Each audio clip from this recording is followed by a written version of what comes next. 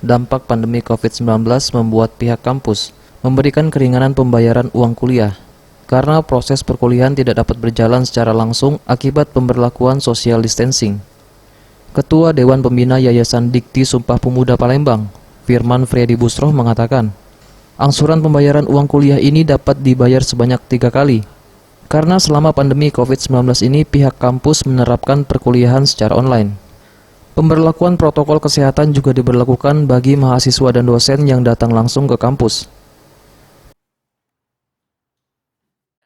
Kalau soal keringanan, sebetulnya Stipada itu sudah lama memberikan keringanan bagi mahasiswanya, di mana Stipada memberikan keringanan pembayaran SPP yang bisa dicicil sampai dengan 3 kali. Dan juga kita di sini punya 4 beasiswa, 3 beasiswa dari pemerintah seperti bidik misi, PPA, BBM, dan juga beasiswa yayasan. Tim Liputan, Sriwijaya TV.